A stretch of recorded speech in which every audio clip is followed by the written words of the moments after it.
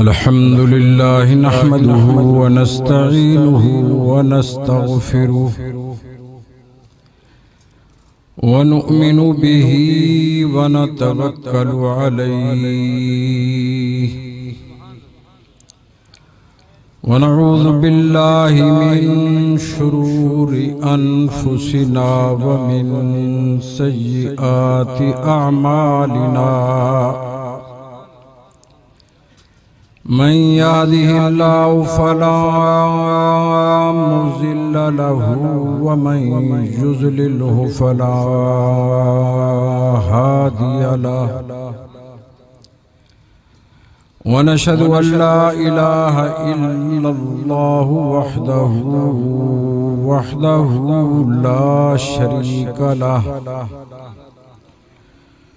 ونشهد أن سيدنا ومولانا محمدا عبده ورسوله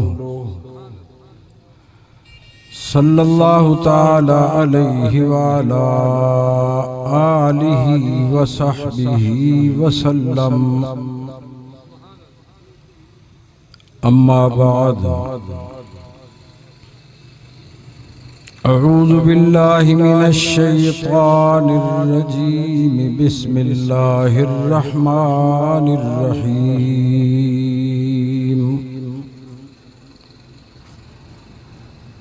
إنا أعطيناك الكوثر صدق الله العظيم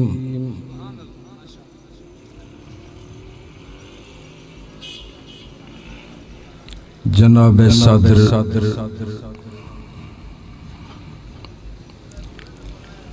ذی قدر مہمانان خصوصی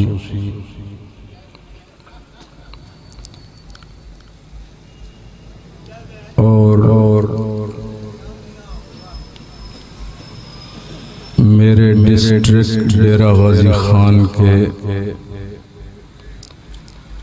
غیور مسلمانوں،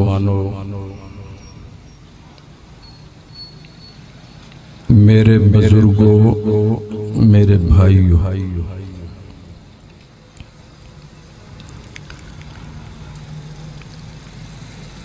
آج کی اس عظیم الشان تقریب اور جلسے میں آپ نیک لوگوں سے ملاقات کا شرف حاصل کر رہا ہوں۔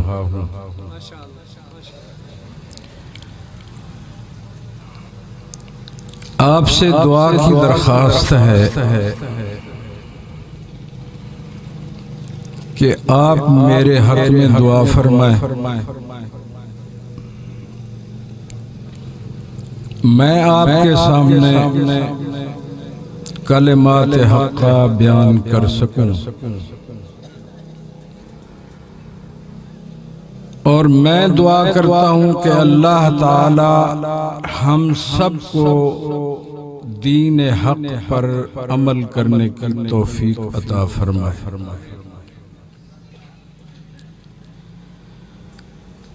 حضرت مولانا غلام اکبر ثاقب صاحب دامت برکاتہم العالیہ، میں ان کا بڑا قدردان ہوں۔ ہمارے مدرسہ میں ابتدائی جو طلباء تھے ان کے اندر ان کا نام سر فہرست ہے۔ والد گرامی کی شفقتوں کا مرکز بھی رہے ہیں، اور یہ آپ کے شہر میں ہوتے ہیں، ہر جلسے میں آپ سے ملاقات کرتے ہیں۔ کوئی چیز عام دستیاب ہو جائے تو پھر لوگ پرواہ نہیں کرتے۔ اللہ تعالیٰ ان کی عمر میں علم میں برکتیں عطا فرمائے۔ یہ عام آدمی نہیں ہے،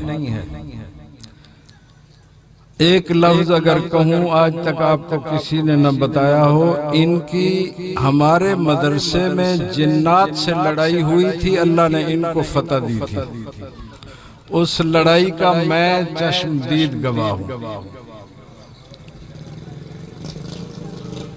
تو آخر کوئی کوالٹی ہے، اللہ تعالیٰ ان کی عمر میں علم میں برکتیں دے، ہمیشہ یہ محبتوں سے یاد کرتے ہیں۔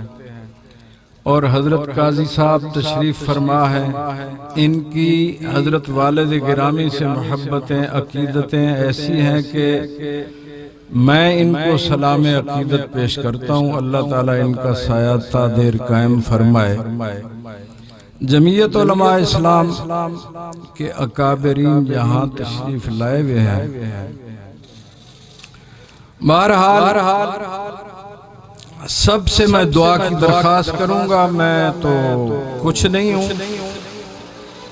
علم و تقوی سے خالی ایک نسبت ہے اپنے والد گرامی والی، اور اس نسبت سے جہاں ہمارے دل میں اعزاز کی کیفیت پیدا ہوتی ہے، وہاں امتحان کی بھی کیفیت پیدا ہوتی ہے کہ اتنا بڑا نام ہے اور اس کی لاج کیسے رکھیں گے۔ بس اللہ سے کرم کی دعا کرتے ہیں کہ میرا اللہ اپنے بابا کے نقش قدم پہ رکھ، روز محشر نہ اپنے بابا کے سامنے رسوائی ہو، نہ محبوب محمد عربی صلی اللہ علیہ وسلم کے سامنے رسوائی ہو۔ اللہ ہمیں محبوب صلی اللہ علیہ وسلم کے سامنے سرخرو فرما دے، اور سب اپنے لیے دعا کریں کہ یا اللہ روز محشر ہمیں محبوب رب العالمین کے سامنے سرخرو فرما۔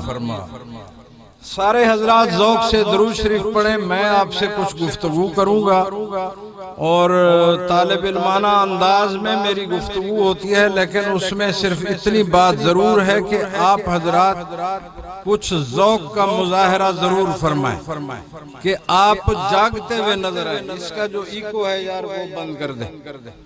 میں انشاءاللہ کوشش کروں گا سہل انداز میں آپ سے بات کر سکوں۔ دیکھیں،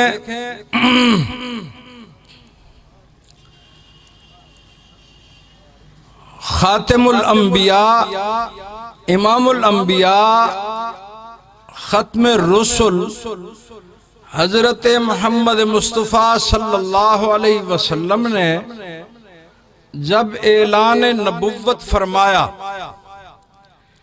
اس وقت یہود و نصارہ کے پیٹ میں مروڑ پیدا ہوئی۔ میری ابتدائی باتوں پہ اگر نظر رہی تو انشاءاللہ میں اپنے وقت میں ایک بات جو سمجھانا چاہ رہا ہوں، امید رکھتا ہوں کہ وہ میں سمجھا پالوں گا، لیکن توجہ درکار، ایک توجہ دماغ کی اور ایک دل کی۔ دل کی توجہ کا متمنی ہوں، کیونکہ دل مرکز ایمان ہے۔ دماغ جو ہے، دماغ اس کا کام ہے دنیاوی امور کو سمجھنا، کسب معاش کے انداز اور طور طریقوں کو سمجھنا، دنیاوی زندگی کیسے بسر کرنی ہے، یہ دماغ اس کے فیصلے کرتا ہے۔ لیکن جو دل ہے یہ مرکز ایمان ہے، اس لیے اللہ رب العزت کی عادت رہی ہے کہ رب نے انبیاء علیہ السلام کی جب تربیت فرمائی تو تجلیات الہی کا مرکز انبیاء کا دل تھا۔ تجلیات الہی کا مرکز انبیاء کا دل تھا، اور انبیاء علیہ السلام نے جب اپنی امتوں کو پڑھایا سکھایا، تعلیمات سے منور کیا، تو انبیاء نے بھی دلوں پہ محنت کی ہے، دماغوں پہ محنت نہیں کی، دماغوں پہ محنت نہیں کی۔ اگلی بات، اصحاب پیغمبر نے، تربیت یافتگان انبیاء نے جب محنت کی انہوں نے بھی دلوں پہ محنت کی ہے، دماغوں پہ محنت نہیں کی۔ اولیاء اللہ علماء کرام بھی دلوں پہ محنت کرتے ہیں، دماغوں پہ محنت نہیں کرتے۔ ذہن نشین فرمائے، دماغوں پہ محنت کرنے والا آدمی وہ دنیا دار ہو سکتا ہے، وہ دنیا کے طور طریقے سمجھ سکتا ہے اور انداز بدل سکتا ہے، مکار بھی ہو سکتا ہے، اور دنیا کے علوم کا ماہر ڈاکٹر بن کے علامہ کہلوا سکتا ہے، مگر قسم ہے پروردگار عالم کی، وہ دنیا دار ڈاکٹر علامہ فہامہ قوم کی عزتوں کا بھی پاسدار نہیں ہوتا۔ قوم کی بیٹیوں کو چوکوں میں نچوا کے وہ اپنے آپ کی اندر کی خباثت تو ظاہر کر سکتا ہے، مگر مصلح امت کبھی نہیں بن سکتا۔ میری باتیں ذہن نشین فرمائیں۔ اور آپ کا ذوق رہا، دل جنہوں نے اللہ کے حضور پیش کر دیے، تو میرا خیال یہ ہے کہ پھر اللہ دین کے ساتھ انہی مسائل کے ساتھ دلوں کو منور فرما دیں گے۔ اللہ ہمیں عزت عطا فرمائے۔ سارے بندے جن کو عزت کی ضرورت ہے وہ آمین زور سے کہیں، میں سن لوں۔ اللہ ہمیں عزت عطا فرمائے، دولت ایمان سے نوازے، اللہ ہماری کیفیات کو ویسا بنا دے جیسا پیغمبر اعظم چاہتے تھے۔ اللہ ہم سب پر راضی رہے، اللہ سب پر کرم فرمائے۔ سارے بندے ذوق سے درود شریف پڑھیں، میں اپنی بات کو آگے بڑھاؤں۔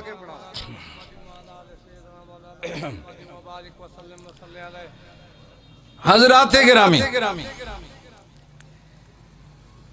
حضور انور حضرت محمد مصطفیٰ صلی اللہ علیہ وسلم نے اعلان نبوت فرمایا تو یہودیوں کو بڑی تکلیف ہوئی۔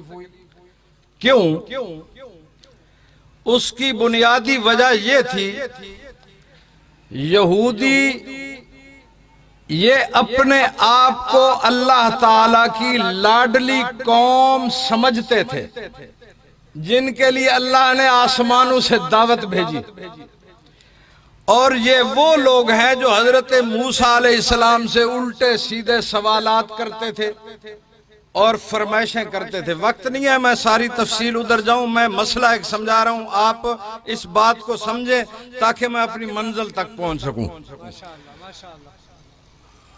ان کے ذہنوں میں یہ بات تھی کہ دنیا میں قیادت و سیادت کا جو تاج ہے وہ ہمارے سر پہ ہے، ہم ہی قیادت کے قابل ہیں، اور ہم ہی دنیا کی انسانیت کی جو ہے وہ قیادت سنبھالیں گے، ہمارے ہی لوگ پیچھے رہیں گے، اور ہمارے ہی نبی کا ترہ امتیاز رہے گا۔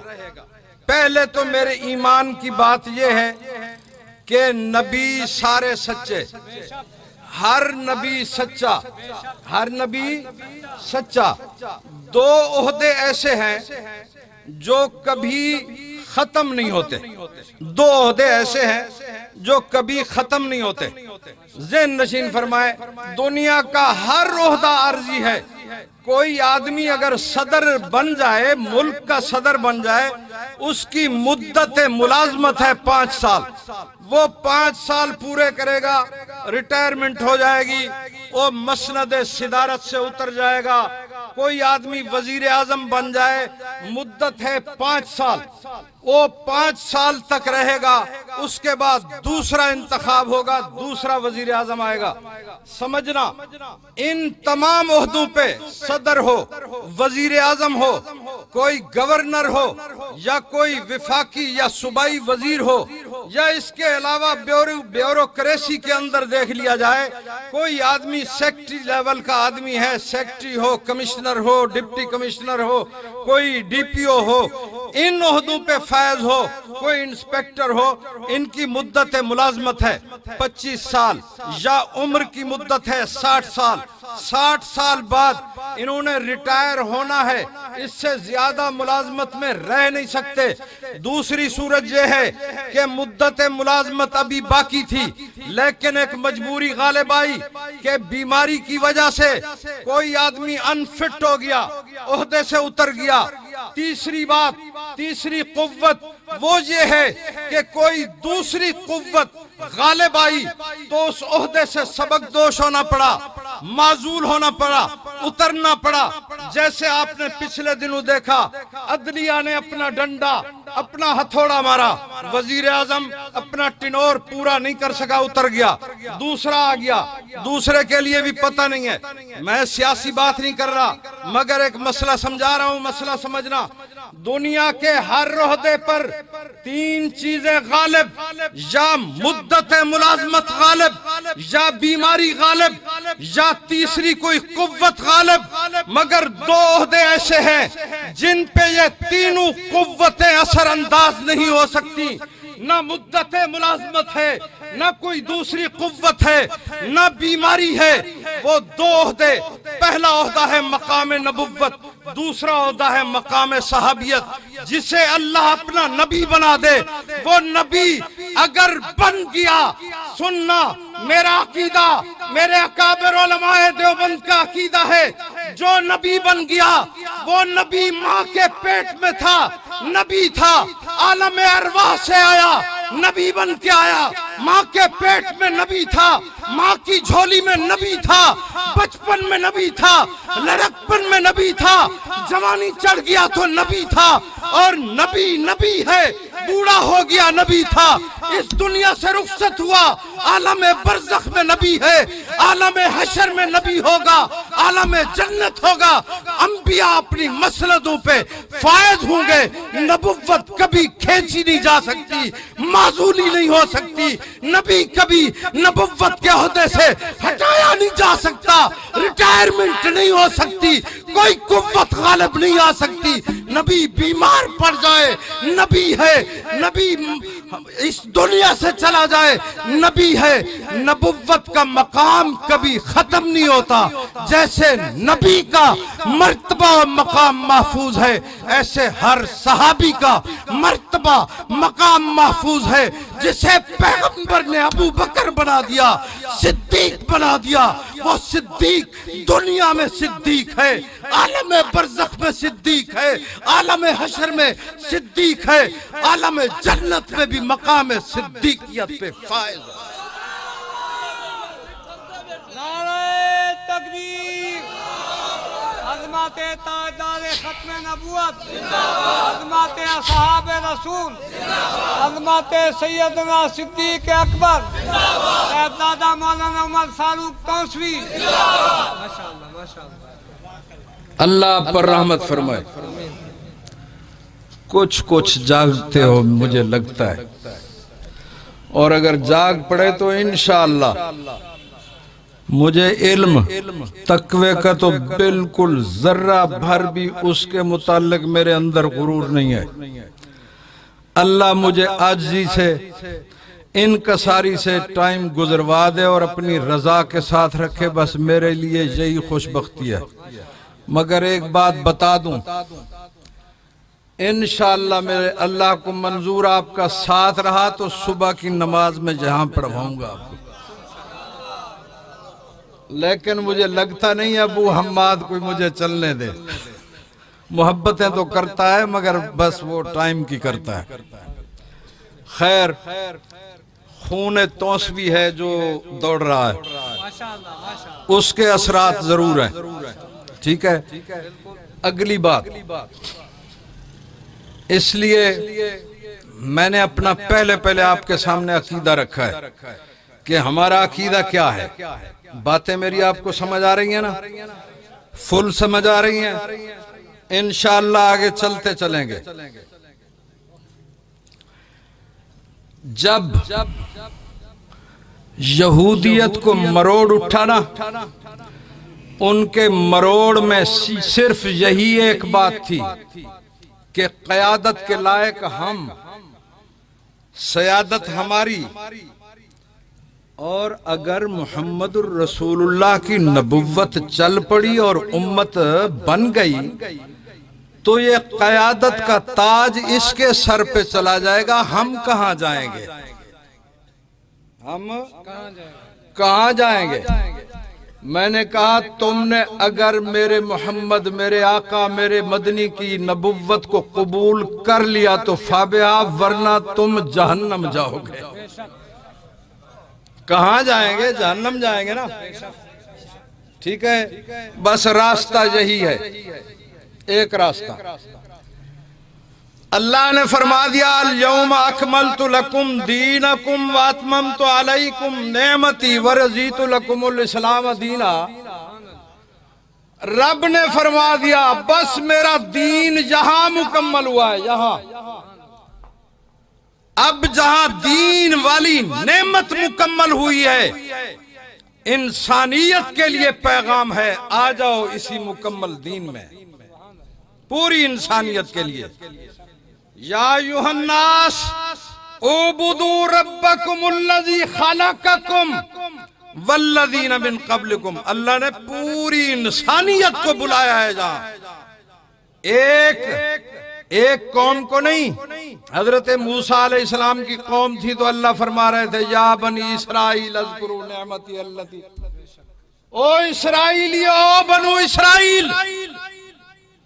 اللہ اس قوم سے بول رہا تھا جس قوم میں نبی آیا، میرا آقا، میرا ماوا، میرا ملجا، کائنات کا سرور جب مکہ میں آیا تو اللہ نے قریشیوں کو نہیں بلایا، بنو امیہ کو نہیں بلایا، عرب والوں کو اللہ نے نہیں بلایا، بلایا ہے یا ایھا الناس، او انسانو، او عرب والو، او عجم والو، یورپ والو، کہیں کے رہنے والے ہو، سمندروں کے کنارے پہ رہتے ہو، دریاؤں کے ساتھ جنگلوں میں رہتے ہو، بڑے ہو، امیر ہو، غریب ہو، کوئی ہو، عورت، مرد، یا ایھا الناس۔ میرا اللہ کیوں؟ رب فرما رہا ہے اس لیے کہ نبوت عالمی ہے، ایک قوم کی نبوت نہیں، پوری انسانیت کی، پوری کائنات کی نبوت ہے۔ یہ ایک مروڑ تھا۔ میں بنیاد پہ ہوں، ابھی مسئلہ سمجھنا ہے، میرے ساتھ رہنا ہے، دل حاضر، دماغ دل کے تابع رہے گا انشاءاللہ، دل حاضر، دماغ دل کے تابع حاضر رہے گا، بات سمجھ آئے گی۔ ایمان کی بات دل میں اترتی ہے، دماغ پھر اس پہ کام کرتا ہے۔ اللہ اکبر۔ گویا کہ ایسا معاشرہ تھا جو درندہ معاشرہ، انسانیت نام کی کوئی چیز نہیں تھی، کوئی ہمدردی، کوئی غمخاری، کوئی جذبات نہیں۔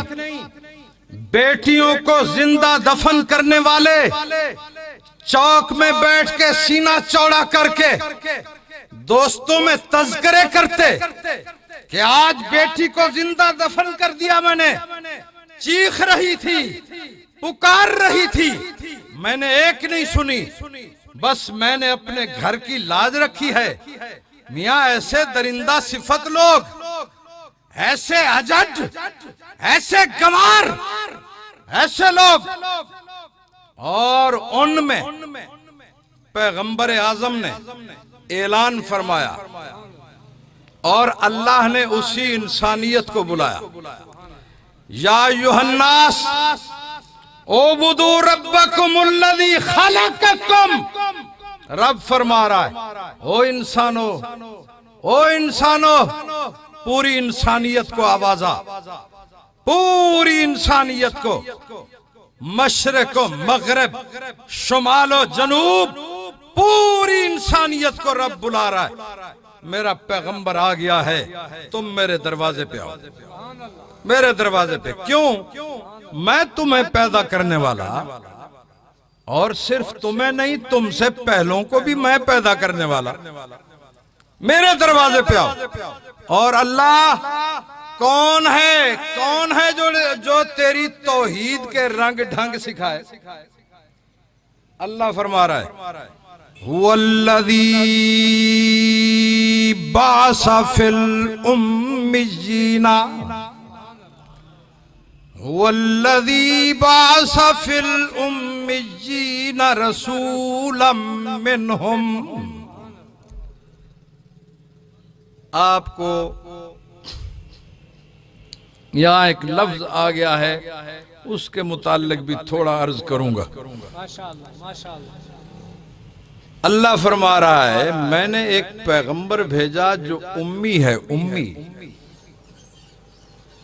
یہ میرے محبوب کی صفت ہے، شان ہے، عظمت ہے۔ آپ کا یہاں کوئی سکول قریب ہوگا، اس سکول میں اگر گورنمنٹ ان پڑھ ہیڈ ماسٹر لگا دے یا جاہل قسم کا ایسا ٹیچر ہو، آپ اپنے بچوں کو پڑھنے کے لیے بھیجیں گے؟ آپ سراپا احتجاج ہو جائیں گے۔ میرا اللہ جاہل لوگ، اجڈ گمار درندے، ان میں معلم آ رہا ہے، اور وہ معلم ایسا جو خود پڑھا ہوا نہیں ہے، جانتا نہیں ہے، نہ لکھ سکتا ہے نہ پڑھ سکتا ہے۔ یہ کیسی بات؟ رب فرما رہا ہے دنیا والوں تمہارے لیے یہ امی کا لفظ عیب ہے، میرے محبوب کے لیے امی کا لفظ عظمت والا ہے۔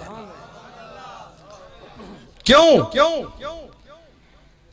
اس لیے کہ میرا اللہ یہ چاہتا تھا میرے محمد کے ساتھ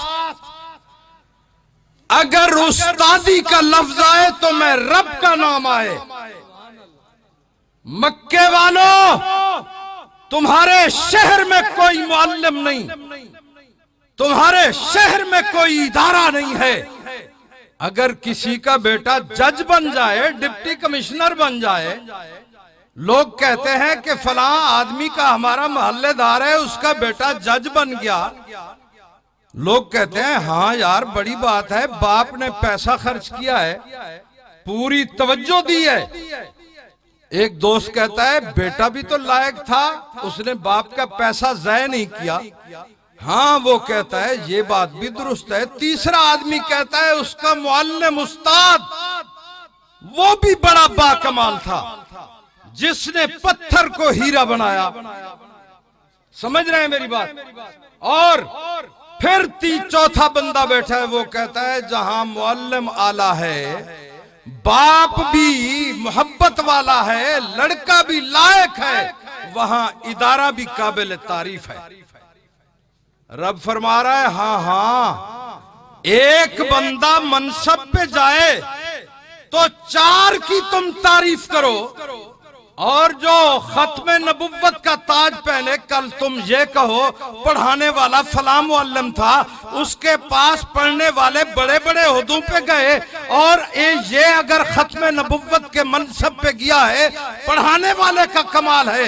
اللہ فرما رہا ہے میں یہ برداشت نہیں کر سکتا تم دنیا میں کسی معلم کی تعریف میرے محبوب کے ساتھ کرو، کسی ادارے کی تعریف میرے محبوب کے ساتھ کرو، اور اس کا والد تو پہلے دنیا سے چلا گیا۔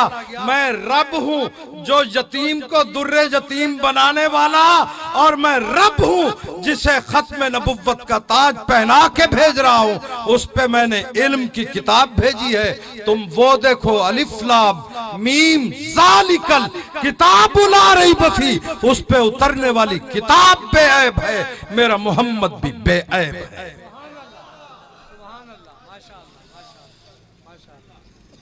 اللہ اکبر۔ اللہ رب العزت نے فرمایا امی هو الذی بعث فی الامیین رسولا منہم کا یہاں معنی علماء مفسرین نے لکھا ہے کہ اللہ نے فرمایا ان لوگوں میں میں نے یہ پیغمبر بھیجا، ان لوگوں میں، وہ دور کی بات ہو رہی ہے، کہاں؟ دور۔ ان لوگوں منہم، ان لوگوں میں نے پیغمبر بھیجا، وہ کون؟ اجڈ، گنوار، درندے، جاہل، ظالم۔ جب میرے محمد نے اعلان فرمایا تو یہ سارے جاہل تھے۔ منہم، اور اس کے مقابلے میں ایک لفظ ہے منکم۔ کون سا لفظ ہے؟ منکم، منکم کا معنی ہے تم میں سے، تمہاری بات ہو رہی ہے، تم میں سے۔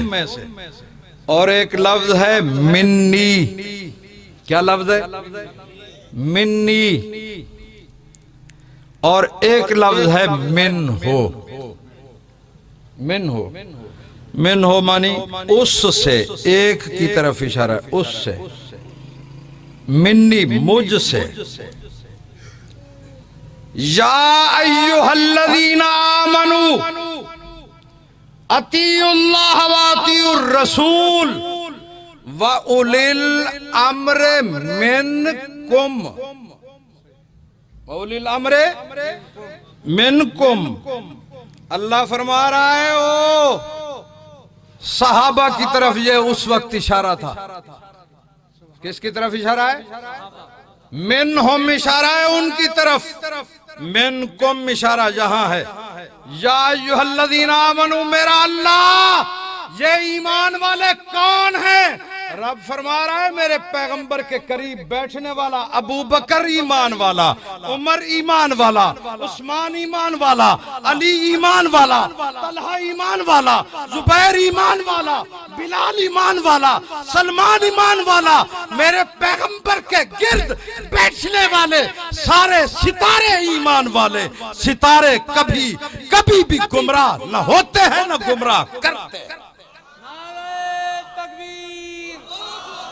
عظمت تاجدار ختم نبوت، عظمت اصحاب رسول، ماشاءاللہ ماشاءاللہ ماشاءاللہ۔ توجہ ہے نا؟ وَأُولِي الْأَمْرِ مِنْكُمْ، رب فرما رہا ہے او ایمان والو، او جو پیغمبر کے قریب جھرمٹ ہے، جھرمٹ،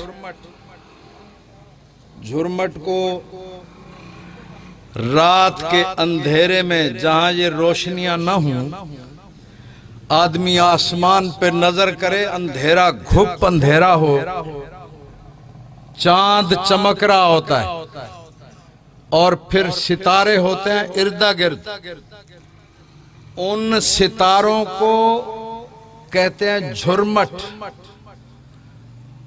جھرمٹ کا انگلش میں لفظ ہے گلیکسی۔ یہ گلیکسی ہے، گلیکسی جو چاند کے اردا گرد گلیکسی ہے نا، اس گلیکسی کو اوپر دیکھو، چاند کے اردا گرد گلیکسی ہے۔ مسجد نبوی میں دیکھو تو محمد کے اردا گرد صحابہ کی گلیکسی ہے، صحابہ کی گلیکسی۔ توجہ ہے نا؟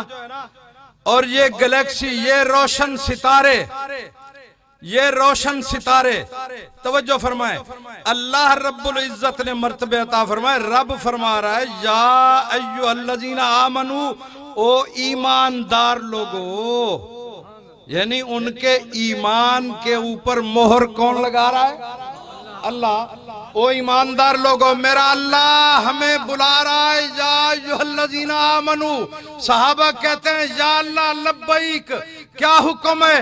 رب فرما رہا ہے اطیعوا اللہ واطیعوا الرسول، میری اطاعت، میرے پیغمبر میرے رسول کی اطاعت، اور وَأُولِي الْأَمْرِ مِنْكُمْ، تم میں سے جو صاحبان علم اور صاحبان اقتدار ہوں ان کی بھی اطاعت کرو۔ رب کی اطاعت، پیغمبر کی اطاعت، پیغمبر کے بعد خلفاء کی اطاعت۔ اللہ فرما رہا ہے صدیق آئے منصب خلافت پہ تو صدیق کی اطاعت کر، عمر آئے عمر کی اطاعت کر، عثمان آئے عثمان کی اطاعت کر، علی آئے علی کی اطاعت کر، حسن آئے حسن کی اطاعت کر، معاویہ آئے تو معاویہ کی اطاعت کر۔ میری باتیں سمجھ آ رہی ہیں آپ کو؟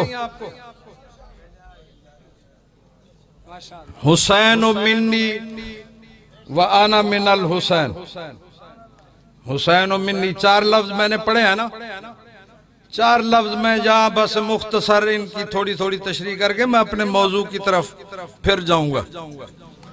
منی اللہ اکبر. حسین منی وانا من الحسین. حسین مجھ سے، میں حسین سے. اور من ہو، پیغمبر فرما رہا ہے علی منی وانا من ہو. علی منی وانا من ہو. علی مجھ سے، میں علی سے. ڈیرہ غازی خان کے غیور مسلمانوں، صحابہ کے متوالو دیوانوں،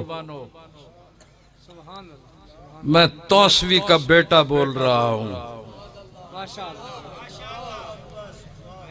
میں ذمہ داری سے گفتگو کر رہا ہوں. قسم ہے پروردگار عالم کی، اہل و سنت جہاں اصحاب پیغمبر کے غلام ہیں، وہاں اہل بیت کی غلامی کا دم بھرتے ہیں. ہماری ایک آنکھ میں عظمت اصحاب رسول ہے، دوسری آنکھ میں عظمت اہل بیت رسول ہے. اے میاں کانے نسے، دونوں آنکھیں روشن ہیں ہماری. جس کی دونوں آنکھیں روشن ہیں وہ ہاتھ تو کھڑا کرے. نعرہ تکبیر، عظمت صحابہ و اہل بیت. ماشاءاللہ. اللہ راضی. مروڑ تھا کس کو؟ یہودیوں کو. یہودیوں نے پھر مختلف حربے کیے کہ یہ جو محمد الرسول اللہ انقلاب لانا چاہ رہا ہے، انقلاب محمدی، انقلاب اسلامی، اس انقلاب کے سامنے روڑے اٹکائے جائیں.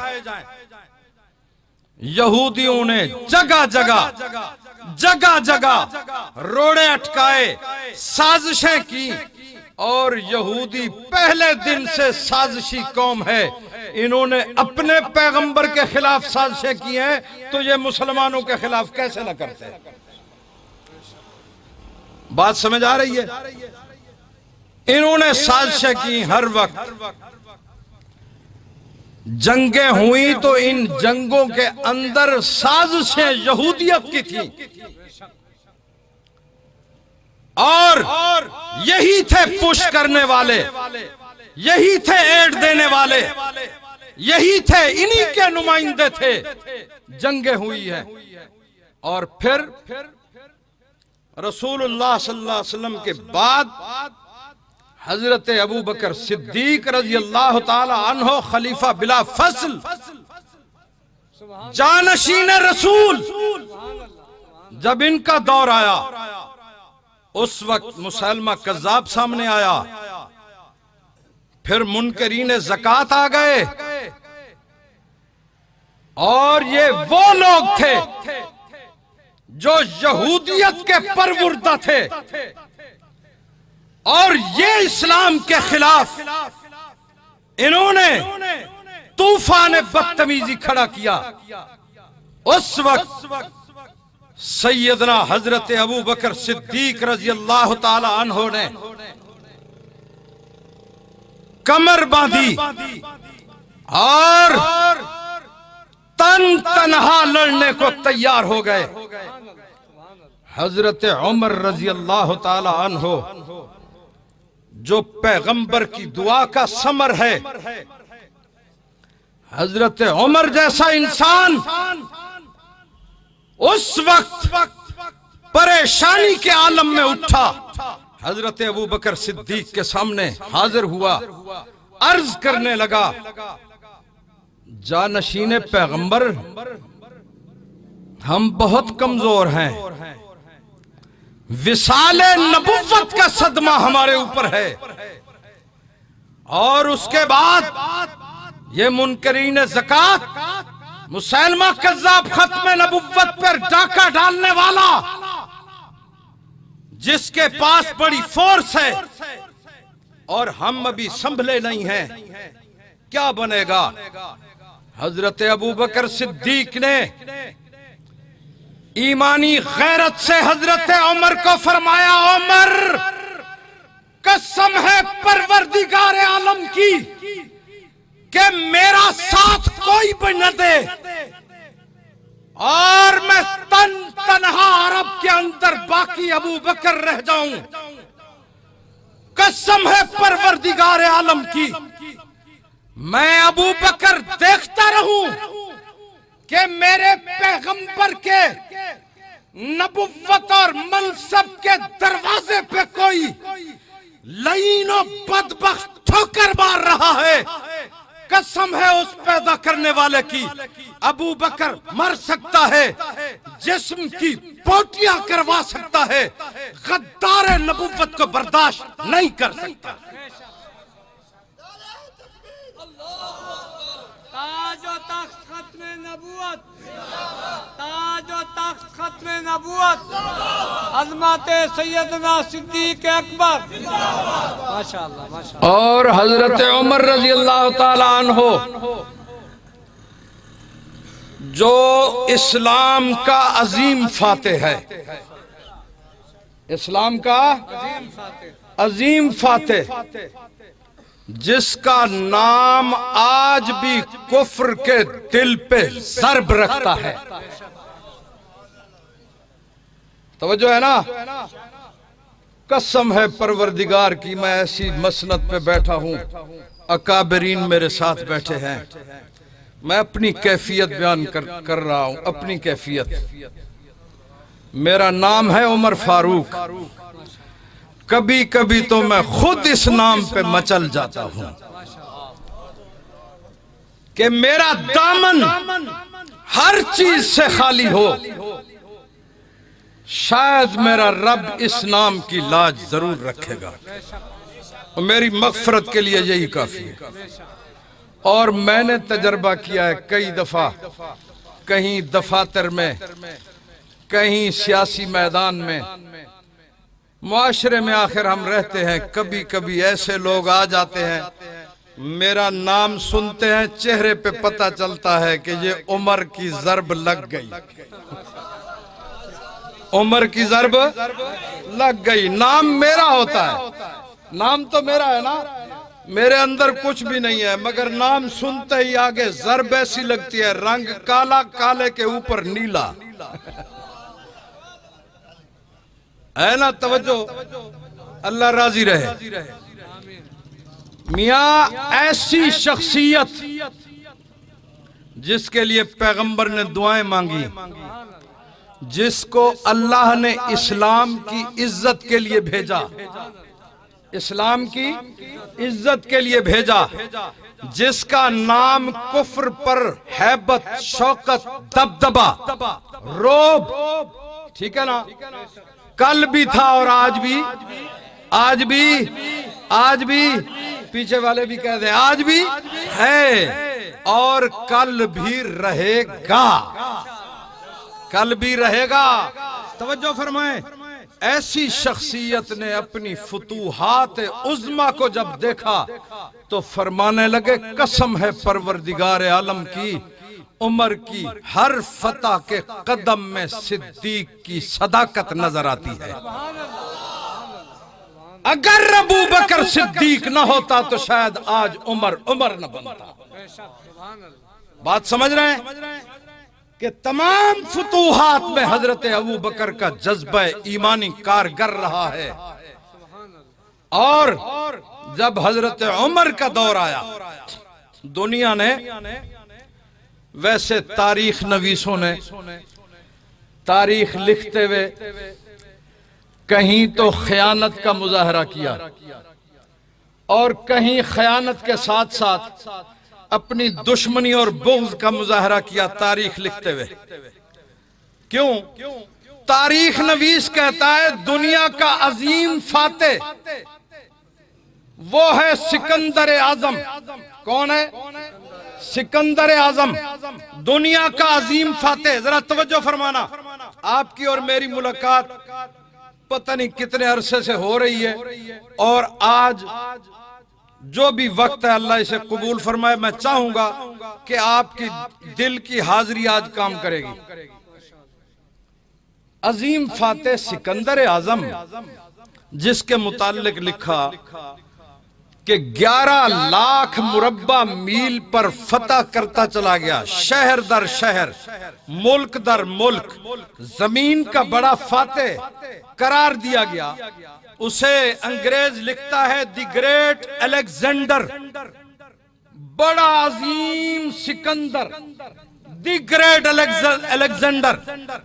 تم نے اسے لکھا عظیم فاتح جو 11 لاکھ مربع میل فتح کیا۔ ذرا توجہ فرمانا، 11 لاکھ مربع میل فتح کرنے والا انسان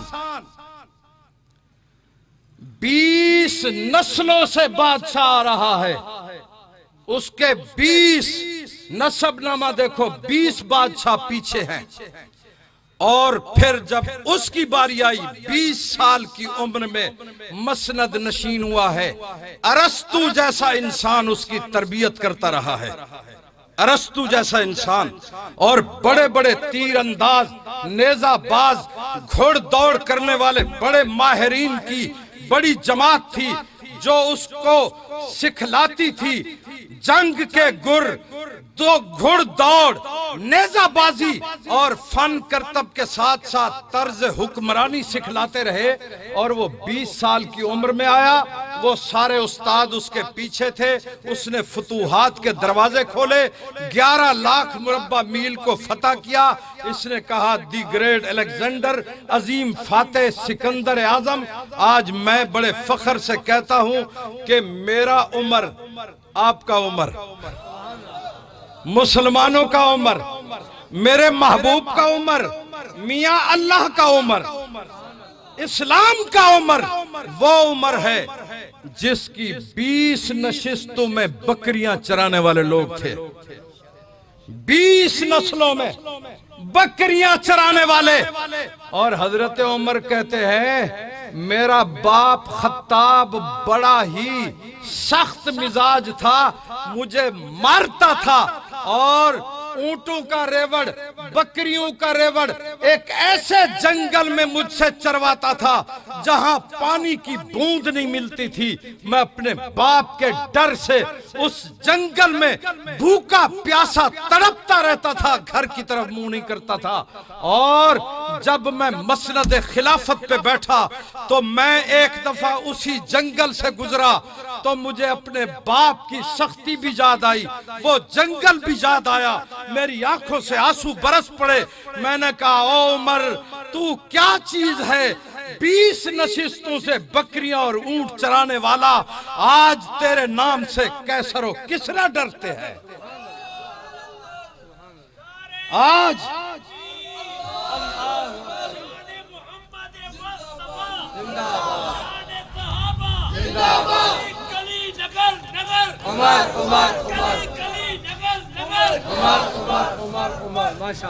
اللہ اکبر۔ اور توجہ توجہ، 20 نسلوں سے بکریاں چرانے والا، باپ کی ماریں کھانے والا، باپ کی ماریں کھانے والا، ایسا عمر جب آیا فتوحات کے دروازے کھولے تو 22 لاکھ مربع میل پر فتح کرتا چلا گیا۔ کتنا مربع میل ہے؟ 22 لاکھ مربع میل پر فتح کرنے والا عمر، میاں عظیم فاتح سکندر اعظم، سکندر اعظم۔ درود شریف پڑھیں، میری طرف دیکھیں، ذوق سے درود شریف۔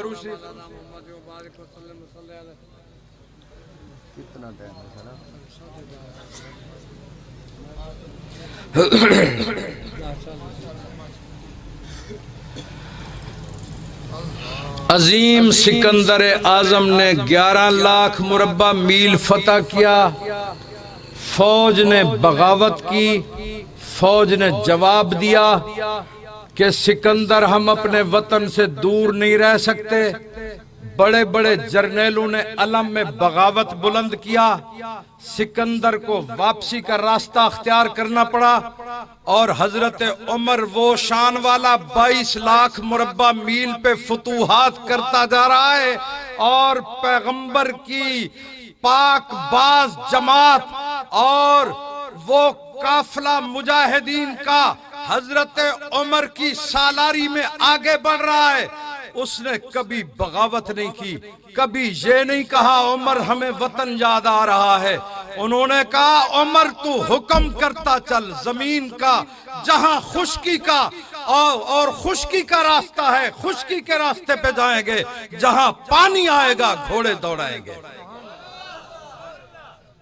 بصرہ کے گورنر کو حضرت عمر نے بلایا اور کہا پتلے کپڑے پہنتے ہو، گورنر بن کے دربان رکھتے ہو، آج کے بعد معزول۔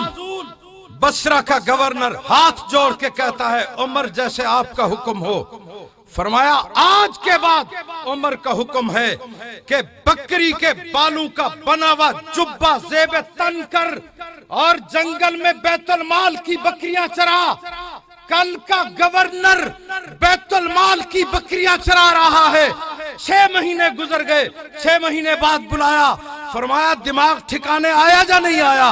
حضرت عمر کے سامنے آنکھیں نیچے کر کے کہتا ہے عمر کل بھی دماغ ٹھکانے تھا، غفلت کی ہے تو میں نے سزا پائی ہے، بس اللہ کا واسطہ دیتا ہوں عمر اپنی ناراضگی سے مجھے اپنے محور سے اپنے مرکز سے دور نہ کرنا، تیرا دل چاہے تو گورنری کرا، تیرا دل چاہے تو بکریاں چروا دے۔ عظیم فاتح کون ہے؟ عظیم فاتح عمر، حضرت عمر عظیم فاتح، کیوں نہ کہوں تاریخ نویس بددیانت ہے، تاریخ نویس بغض عمر میں ڈوبی ہوئی قلم سے لکھتا ہے اگر خیانت نہ ہو، دیانت ہو اور دل میں اگر احترام ہو تو قسم ہے پروردگار عالم کی عمر کے علاوہ کائنات میں بڑا فاتح نظر ہی نہیں آتا۔ اور ایسا عمر، سبحان اللہ، ایسا عمر حسین و منی، بات کر گیا نا میں، یہاں یہ بات بھی کرتا جاؤں۔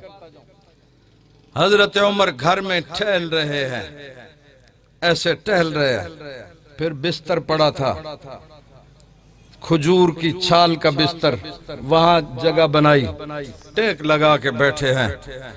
بیٹا عبداللہ ابن عمر آیا، اللہ اکبر۔ حضرت عبداللہ ابن عمر کا بھی بڑا مقام ہے۔ اس وقت ایام طفولیت تھا، ایسے کچھ جوانی کی رونق آ رہی تھی۔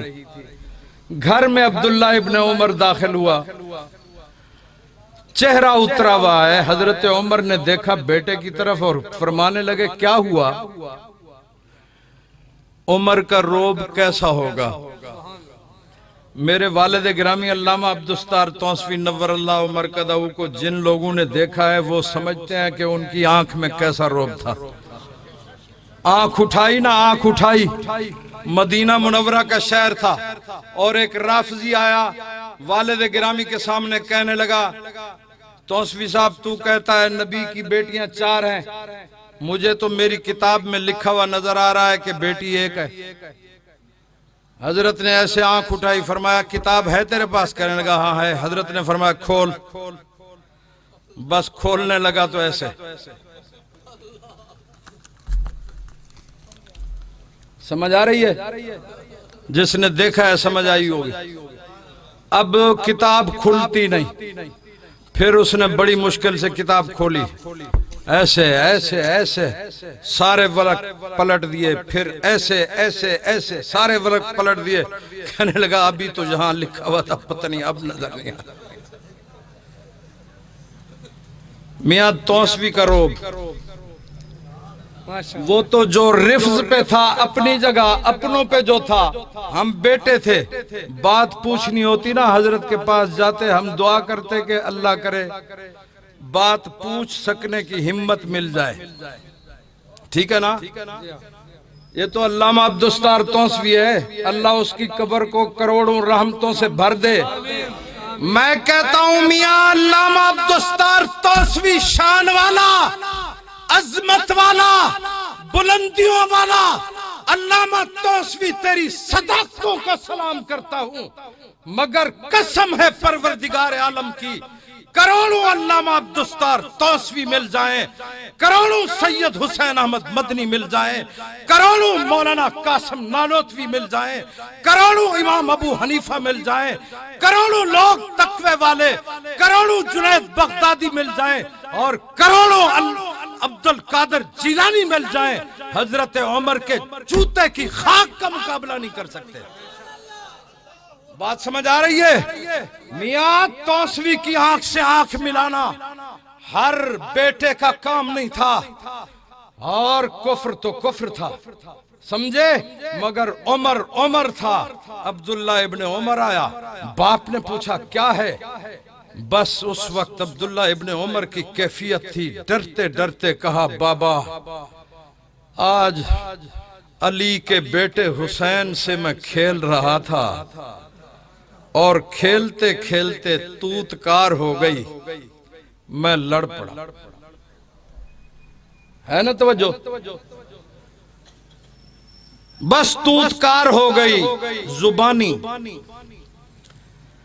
مجھے حسین نے کہا جا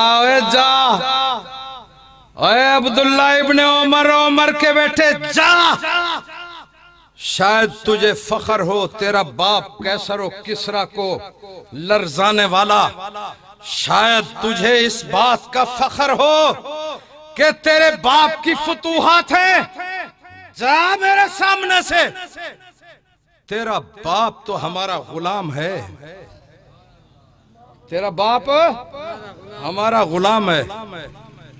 پھر تو نے کیا کہا حسین سے؟ بابا کچھ بولا نہیں، بس واپس آ گیا۔ حضرت عمر بستر پہ بیٹھے تھے، کھڑے ہو گئے، جوش آنکھ میں زبردست روشنی، جسے دیکھ کے عبداللہ ابن عمر لرز گیا کہ شاید آج میرا باپ مجھے مارے گا۔ بس عبداللہ ابن عمر خوف کے عالم میں ہے۔ حضرت عمر نے کہا جا جلدی سے حسین کے پاس، اس سے معذرت کر اور اسے جا میں عمر کی درخواست کر کہ حسین ایک کاغذ کے ٹکڑے پہ یہی لکھ دے عمر ہمارا غلام ہے، کاغذ کے ٹکڑے پہ لکھ دے عمر ہمارا غلام ہے، جلدی جلدی جلدی باہر جا۔ عبداللہ ابن عمر دوڑ پڑا، باہر گیا۔ حضرت حسین اپنے دروازے پہ موجود، اور دیکھا عبداللہ ابن عمر پھر آ رہا ہے۔ حضرت حسین کے سامنے بھی معاملہ موجود ہے کہ آج شاید بڑی لڑائی ہونے والی ہے، ابھی آئے گا۔ میں نے کہا کیسر و کسرا کو لرزانے والا ہمارا غلام۔ بس عبداللہ ابن عمر سامنے گیا، نیاز مندی کرنے لگا، کہنے لگا میرے بابا عمر کہہ رہے ہیں حسین ایک کاغذ کے ٹکڑے پہ لکھ دو عمر ہمارا غلام ہے، عمر ہمارا غلام ہے۔ حضرت حسین اسی جذبے میں موجود تھے، کہنے لگے ہاں ہاں عمر ہمارا غلام ہے، میں کاغذ پہ لکھ دیتا ہوں۔ کاغذ قلم اٹھایا، لکھ دیا عمر ہمارا غلام ہے۔ یہ کاغذ کا ٹکڑا لے کے عبداللہ ابن عمر اپنے گھر میں آیا تو حضرت عمر صحن میں بے چین ہے اور ٹہل رہا ہے، کبھی ادھر دیکھتا ہے کبھی ادھر دیکھتا ہے، دروازے پہ ٹک ٹکی لگی ہوئی ہے اور دعائیں کر رہا ہے میرا اللہ حسین میری غلامی کو قبول کر لے، میرا اللہ حسین لکھ دے۔ اور عبداللہ ابن عمر آیا، دیکھا کاغذ ہاتھ میں ہے اور پوچھا بیٹا دے مجھے کیا لکھا؟ جب دیکھا لکھا ہوا تھا عمر ہمارا غلام ہے، آنکھوں سے آنسو برس پڑے اور کہنے لگے میرا بیٹا روز محشر ممکن ہے میری خدمات اللہ کے ہاں قبولیت کا درجہ نہ پا سکیں، بس اس وقت میں اللہ کے سامنے بھی حسین کا یہ لکھا ہوا یہ رکا سامنے رکھ دوں گا، حسین کی تحریر رکھ دوں گا اور محمد عربی کے سامنے بھی رکھ دوں گا کہ میرا محبوب جس کی زبان چوسا کرتے تھے، جسے اپنے کندھوں پہ اٹھا کے مدینہ کی گلیوں میں گھوما کرتے تھے، انہی نے مجھے لکھ دیا عمر ہمارا غلام ہے، بس مجھے یقین ہے حسین کی تحریر پہ میرا آقا مجھے سینے سے لگا دے گا۔ عبداللہ ابن عمر اسی تحریر کو میرے کفن کے اندر رکھ دینا، اسے اپنے پاس نہ رکھنا، میں اللہ کے حضور جا کے اسی غلامی پہ فخر کروں گا۔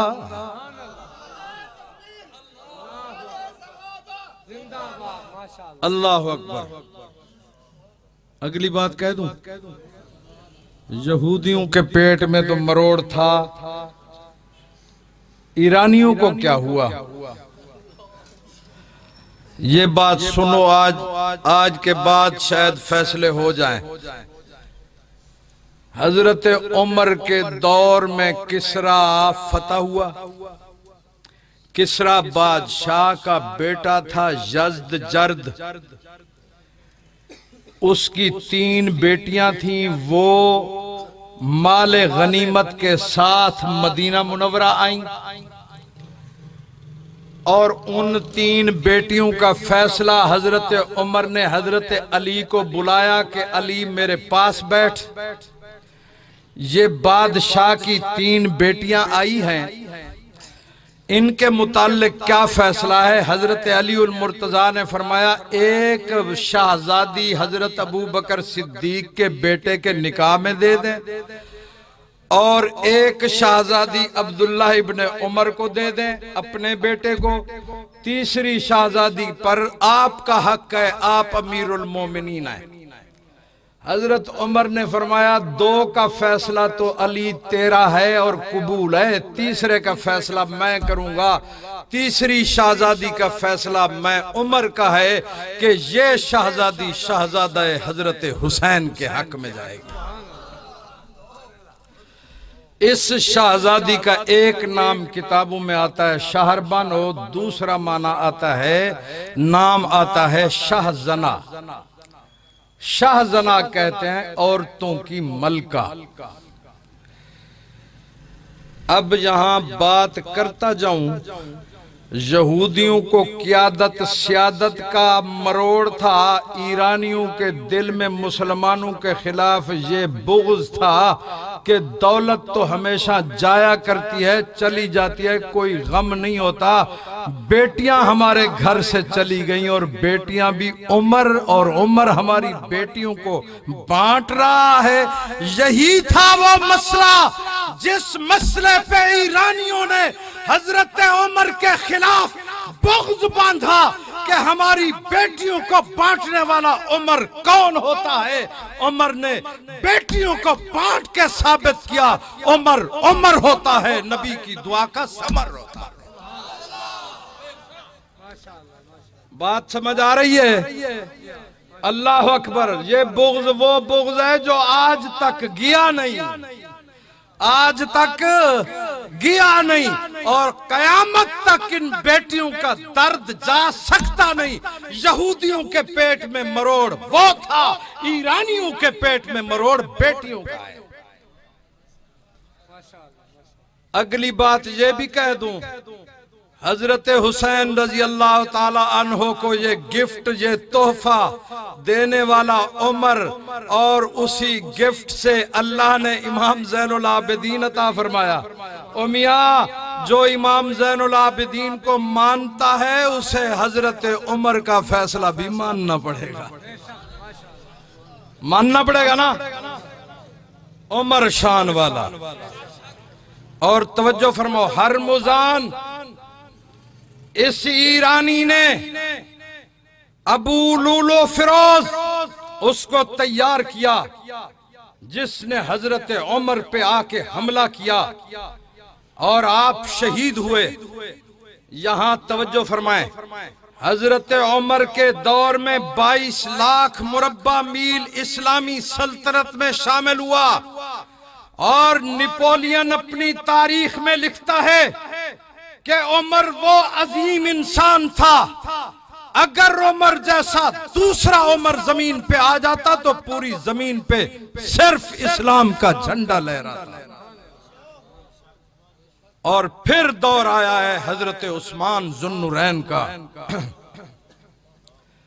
حضرت عثمان ذو النورین نے اپنے دور خلافت کے اندر اس اسلامی انقلاب کے اندر روح پھونکی۔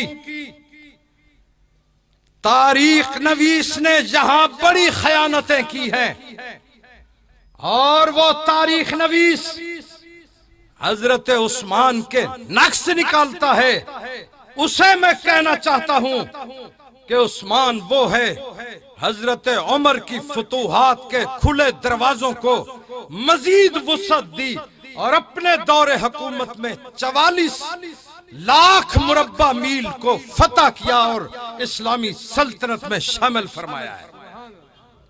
44 لاکھ مربع میل۔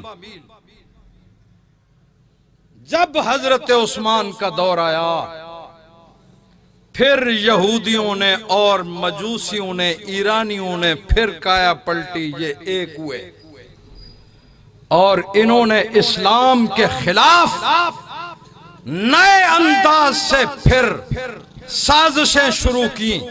کسی نے حضرت علی کو مشکل کشا مولا مانا اور خدائی کے درجے پہ پہنچایا، کوئی تھا اہل بیت کا الگ جھنڈا لے کے اٹھا اور مسلمانوں کے اندر دراڑیں پیدا کی، اور کوئی تھا نئے نئے انداز سے ان یہودیوں اور مجوسیوں نے مل کے سازشیں شروع کی، اور پھر انہوں نے بلوائی پیدا کیے، اور یہ بلوائی آئے مدینہ منورہ کے اندر، انہوں نے اسلام پہ ضرب کاری لگائی۔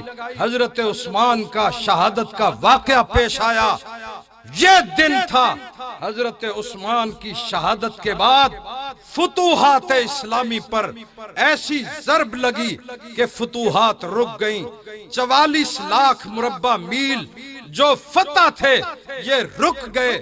حضرت علی المرتضیٰ کا دور آیا، یہی یہودی اور مجوسی تھے جنہوں نے حضرت علی کے دور کے اندر پھر سازشیں کی، محبت کے رنگ میں حضرت علی کی چھتری کے نیچے کھڑے ہو کے، اور ان سے پھر مدینہ منورہ کا مرکز تبدیل کروا کے کوفہ میں لے گئے، اور وہاں کوفہ میں جا کے اور سازشیں کی شیعان علی سے، اس نام سے یہ متعارف ہو کے حضرت علی کے اس طرز حکمرانی کو ناکام کرنے کی کوشش کرتے رہے، اور مسلمانوں کے اندر باہمی جنگ و جدل انہی کی کارستانیاں تھیں۔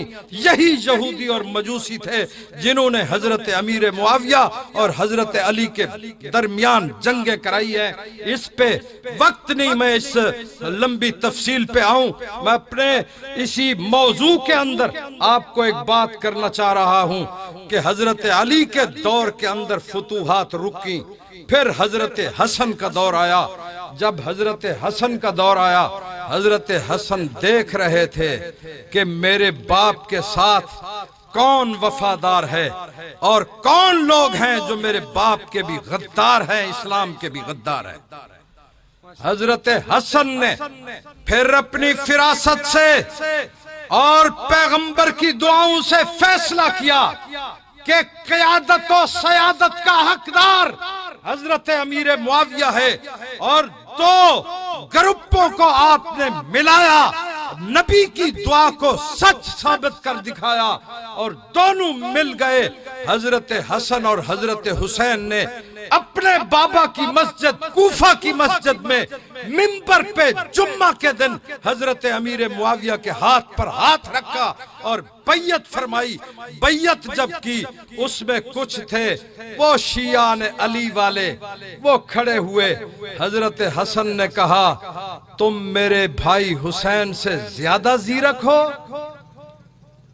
تم ہو، میں جانتا ہوں کہ تم نے میرے بابا سے بے وفائی کی ہے، تم نے اسلام سے بے وفائی کی ہے. آج ہمارا فیصلہ ہے جو میرے بھائی حسین کو مانتا ہے وہ آج معاویہ کی بیعت کرے، جو میں حسن کو مانتا ہے معاویہ کی بیعت کرے.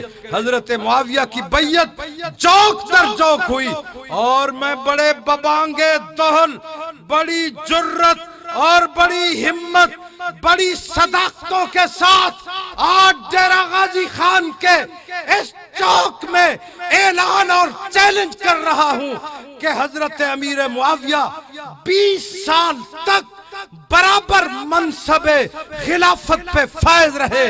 حضرت حسن اور حضرت حسین وظیفہ بھی لیتے رہے اور آپ کے دور میں کسی ایک کونے سے، کسی ایک شہر سے نہ بغاوت اٹھی، نہ شر اٹھا، نہ بے چینی پیدا ہوئی. حضرت امیر معاویہ کا دور 20 سالہ خلافت کا دور وہ دور ہے جو اسلام کی شان و شوکت کا دور ہے. پھر فتوحات کے دروازے کھلے، 44 لاکھ مربع میل سے فتح کرتے کرتے حضرت امیر معاویہ نے اسلامی سلطنت میں اس زمین کرۂ ارض کا 44 لاکھ سے بڑھ کے 64 لاکھ مربع میل فتح کر کے اسلام کے نام کو بلند کر دیا ہے. نعرہ تکبیر، زندہ آباد. ماشاءاللہ ماشاءاللہ. آج یہ میرا چیلنج کہ کوئی مائی کا لال اٹھے، صرف آج چیلنج نہیں ہے، جب تک میں زندہ ہوں میرا چیلنج ہے، اور میری زندگی کا چیلنج نہیں. قسم ہے پروردگار عالم کی، جب تک سورج چاند رہے گا، جب تک زمین کا فرش رہے گا، جب تک آسمان کی نیلی چھت رہے گی، حضرت امیر معاویہ کے طرز حکمرانی کا نقص نہ کوئی نکال سکا ہے نہ کوئی نکال سکے گا. اللہ اکبر، اللہ اکبر. دیوبند دیوبند ماشاءاللہ، دیوبند دیوبند ماشاءاللہ ماشاءاللہ. اللہ راضی. یہ حلوے شلوے بند نہیں ہو سکتے. یہ توڑا پتھر حلوی حلوہ ویچی نہیں میں دا سارا تو بی گالے تُسا کہیں نوے کھاندے کھا دیا ہو پیتی ہو. اللہ راضی تھی بھائی. ایک گالی نہ کیتا کرو. نعرہ تکبیر، تاج و تخت ختم نبوت، عظمت تاجدار ختم نبوت، نشان حق و راستی، درخواستی درخواستی، نشان حق و راستی، نشان حق و راستی، پیر طریقت مولانا سیف الرحمن درخواستی. نعرہ تکبیر. علی و منی و انا منہو. یہ منہو دا لفظ باقی رہ گیا. قرضہ زندگی باقی، ملاقات باقی. تے میرا موضوع انا آتوینا کل کوثر باقی رہ گیا. انشاءاللہ زندگی باقی، ملاقاتاں باقی. اللہ تعالیٰ اسارے بھائی ابو حماد دی زندگی برکتاں عطا فرماوے اور تمام مسلمان تے اللہ کرم فرماوے. اس دور اور اس معاشرے دے وچ چوک دے وچ جلسہ کرنا قابل تعریف ہے. میں اپریشیٹ کرتا ہوں. اللہ تعالیٰ تمام حاضرین دی حاضری کو قبول فرماوے. حضرت درخواستی تشریف لائن میں بے ادبی تصور کرنا. اللہ رب العزت تاری زندگی برکت عطا فرماوے ہن حضرت تشریف گہنا سن جی میں ترتیب اسی زندگی باقی ملاقات باقی وآخر دعوانا الحمدللہ